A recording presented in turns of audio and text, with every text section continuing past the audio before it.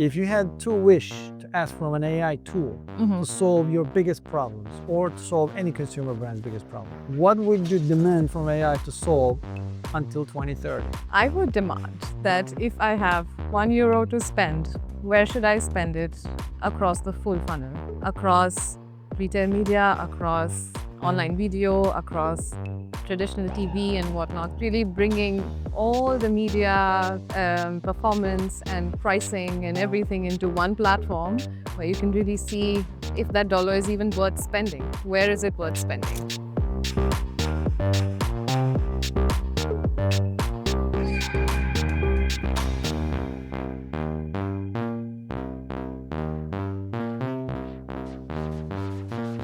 This episode is brought to you by the Lead Summit. It is the only event built specifically for brands. The Lead Summit hosts senior brand innovators across marketing, e-commerce, stores, customer experience, operations, technology, strategy, innovation, and more.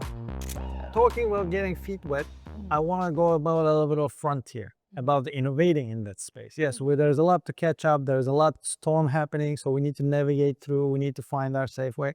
But as a consumer brand, and Henkel is one of the leading ones, you already have been innovating a lot of new ideas, new solutions. And I was fortunate to meet Boris Rutten, global head of e-commerce for Henkel, in the headquarters Henkel Düsseldorf campus.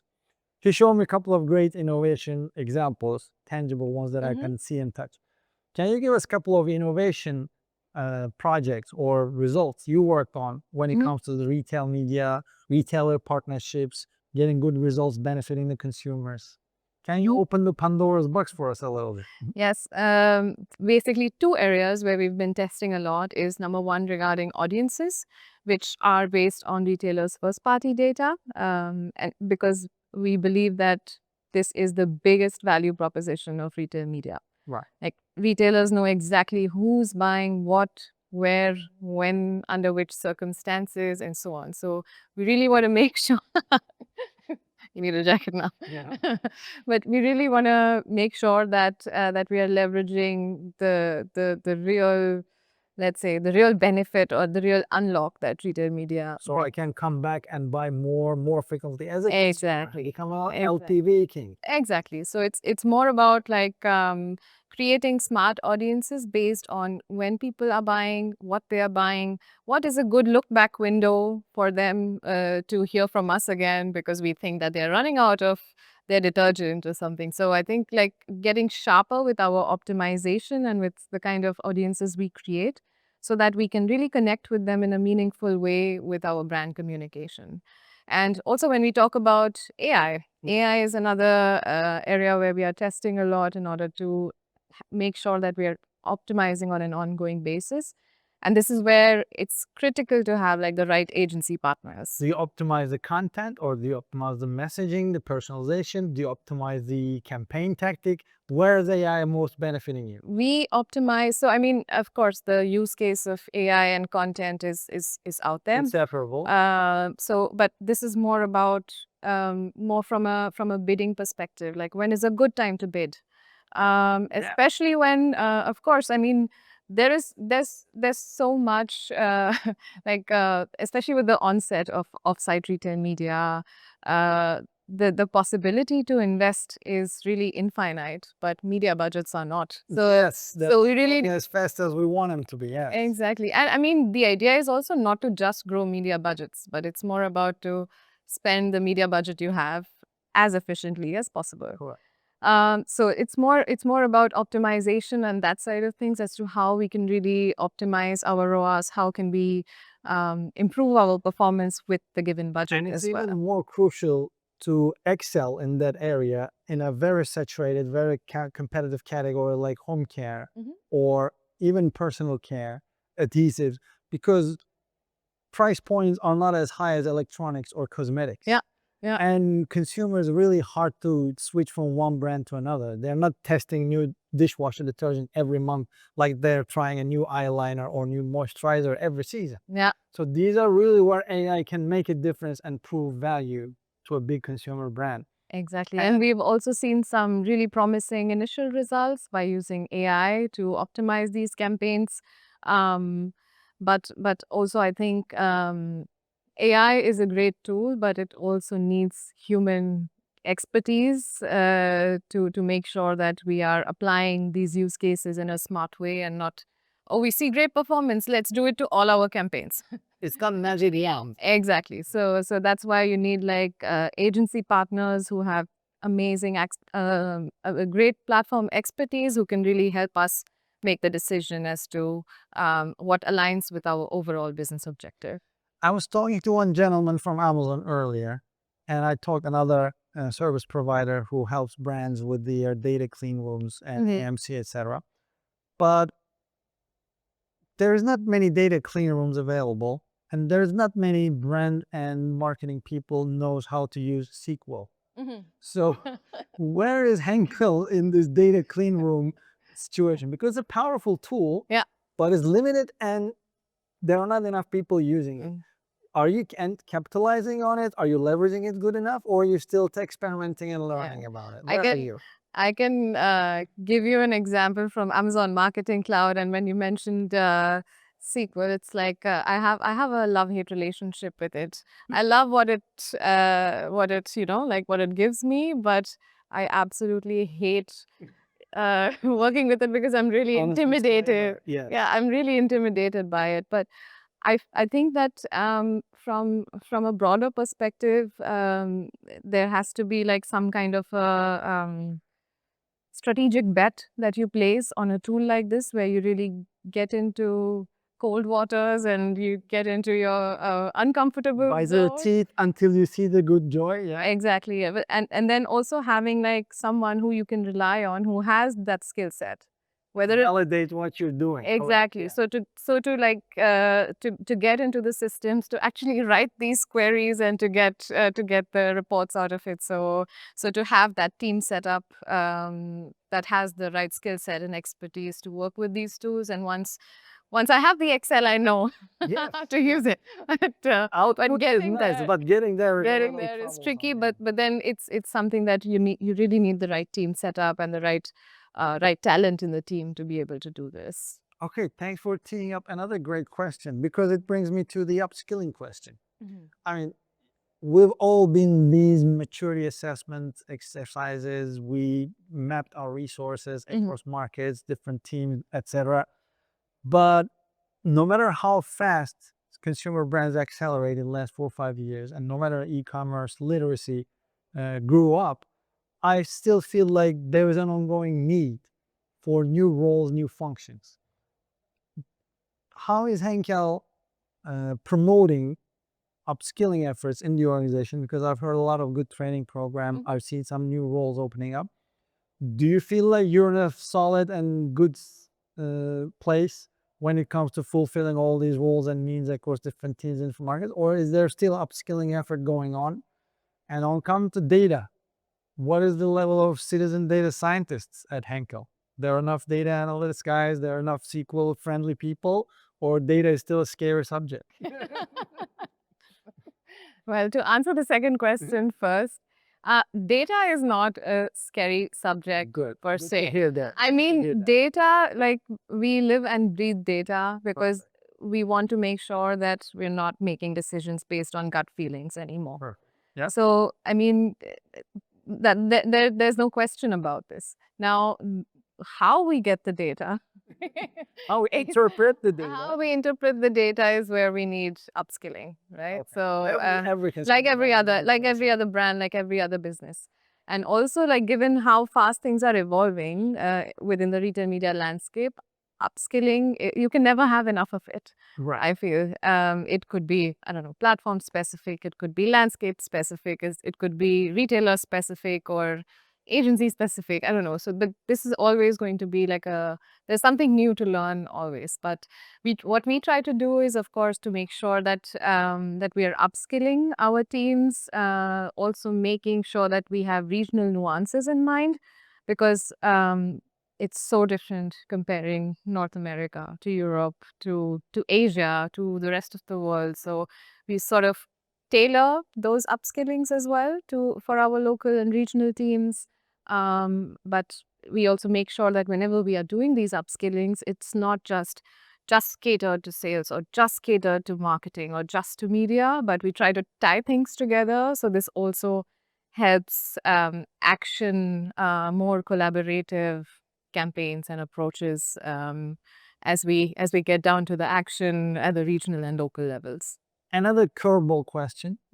You may choose not to answer that because it might be sensitive topic, or you can share your opinion for the broader brands, not specific to Henkel. Do you see more investment in resources and people with certain roles, or do you see more investment in technology and solutions in the last 4 years? What is your observation in the industry? I would say it's more on, let's say, the people and partnerships from people like having like CPGs setting up their own teams across different functions, making sure that they have the right expertise in. From a partnership perspective, it's also on the agency side. So which agencies are you partnering with? What is their tech stack? Right. Because we as brands, we are agnostic to the tech stack, right? So if I'm partnering with an agency, what do they bring along? So the investment on the tech piece could also be outsourced to an agency.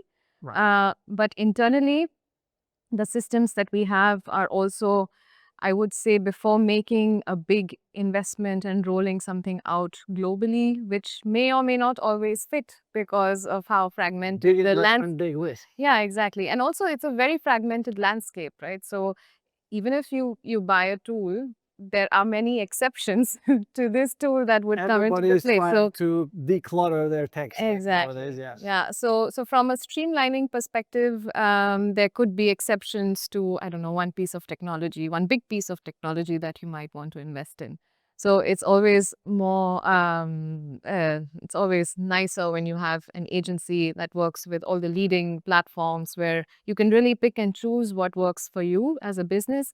And the agency also has the expertise in terms of the execution. I see a similar trend in certain categories, investment in know-how and human roles, rather than bringing and testing with every new shiny object. I think it's proving well for many mature categories, but some lucrative categories always have extra money to throw at different technologies, Yeah. built-in pilots. So it's going to be, I think, Tango Yeah. between two partners. Yeah. Now, I feel like I didn't ask enough about the sexiest word in the world last 5 years, AI. But you already answered a couple of questions. You talked about predictive bidding capabilities, not just content. And you talk about we're using it for retail media campaign objectives and other tactics, not for the messaging and everything. But now I want you to wear a wizard hat or fortune teller's hat. And if you had two wish to ask from an AI tool to solve your biggest problems or to solve any consumer brand's biggest problems, what would you demand from AI to solve until 2030? Okay. That's a good question. I have thought Because about we're this still, already. we're still exploring, we're still Yeah. experimenting what we can do with AI, what we can get out of AI, what accuracy level AI can provide us. These are all in experimentation. It's a nascency. Yeah. But if it was a really magic wand and it's any of those GPT models, Grok, Claude, GPT, Gemini, and everything, if they could solve our questions just like Star Trek with one question and one solution, what would you demand? I would demand that if I have €1 to spend, where should I spend it across the full funnel?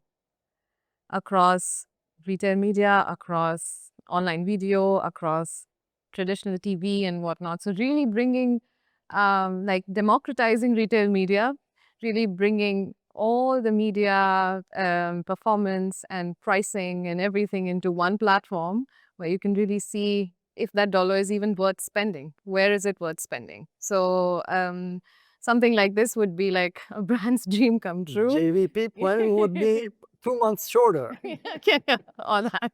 Exactly. Yeah, but I think this would be great to like just see what is the. But this also goes into the predictive direction of like what AI can do, and I don't think it's so far off. I would call this tool Zeus, the god of the lightning of the sky, to come down to earth and solve all our problems. But it's a good tip for all martech companies out there. I hope you're listening. Yeah, Predictive and prescriptive capabilities to solve our JVP problems. Good use case, though.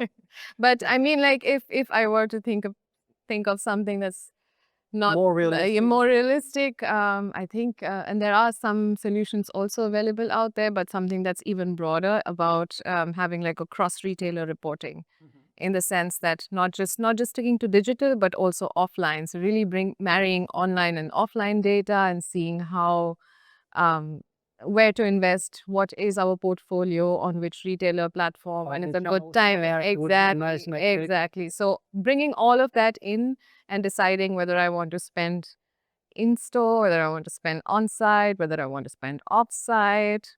What am I getting out of I can this? see a lot of VP of sales of marketing companies. We do that now. Yeah. And they might be replying us offline, but we'll see on the next show. Hopefully we'll see some workshops tomorrow. Now, I want to benefit some of the audience who's listening to us earlier on their journey without revealing our age or anything. If I were a college student, junior degree, and if I were choosing between computer engineering, data analytics, and marketing, but I want to be in digital commerce, what would you recommend to a junior college student who is willing to work in a consumer brand in omnichannel or digital commerce? What would your tip would be? I would suggest to start with data, to be very honest, to just get comfortable with it, because I feel if if the person is making the decision now, there's going to be so many more tools and capabilities that are already available when they're getting into it. Which we didn't have a Which we hands didn't on. have, exactly, which we didn't have. Although like just doing like my area of expertise earlier was also like digital marketing. There was so many. We're just a different Media different plans, league well, now. Excel spreadsheet. Exactly. So it's a different ball game altogether. So I think just the data piece is going to be so critical, and this is something that is not going to leave you, whether you go to sales or whether you go to marketing or any other function. So I think just having this capability and the skill set from the very start is really helpful, and then deciding what do you find more fun. Another question. Of course, you'll be biased now because you're located in Germany.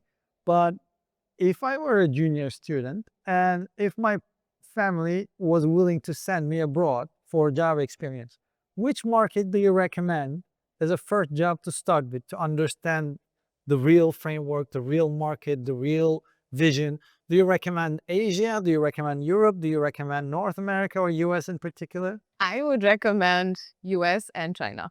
Okay. Yeah, I mean, completely different worlds, completely different landscapes. This is where a lot of action and innovation is happening. So I think it's a very exciting place to be. Okay, Hong Kong, Shanghai, New York, Chicago, Los Angeles. I Job mean, applications flying now. I mean, the rest of the markets, I mean, like they also come with a lot of history, so not to. Come Europe for some relaxed, laid-back culture, nice vacation spots, history. Some problems with KPIs, but you'll be okay with that. No, I lived in Europe 2 years. I was working from Amsterdam. I worked with many European offices. There's tremendous teams, there's tremendous capabilities, but I see your point. I think if I want to learn as much as I can in the shortest amount of time, and if I want to expose myself, of course, I'm biased. I'm in New York. So there is trade-offs everywhere you go. Whichever company, whichever market, there's trade-off. But that was really fun, and I learned a couple of good tidbit information. You answered my curveball questions very successfully, Rishika.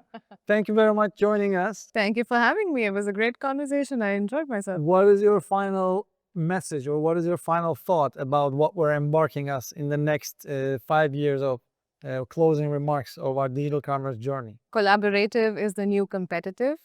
So in order to do retail media, or not just retail media, like anything that goes beyond just media, but also like overall digital commerce or omni-channel and whatnot. In order to do it well, because of how inherently cross-functional these topics are, you really need to collaborate with people who have the different expertise, who have different experiences. So to collaborate with people from sales, marketing, media, finance, data, and so on, to really make sure that the business gets the boost. So you have to collaborate, and this collaboration is what is going to unlock your competitive edge. So Collaborative is the new competitive. I think T-shirts this are topic- available online. I need to buy one. Okay, we'll launch our Insta and TikTok shop soon. Just stay tuned. Rishika, thank you very much joining you us. very When much we're for having nice me. conversation. Thank I had a you. great time. Thanks for tuning into eCommerce Podcast, folks. We're here in London at the Retail Media Pioneers event at the marvelous Hurling Club. And that's a wrap. Thank you. Thank you very much. Reach out to ecommert if you're interested in attending the Lead Summit 2026. Brands and retailer friends can attend for free, and we have a special offer for others to attend with a 25% off ticket. See you May 2021 in NYC?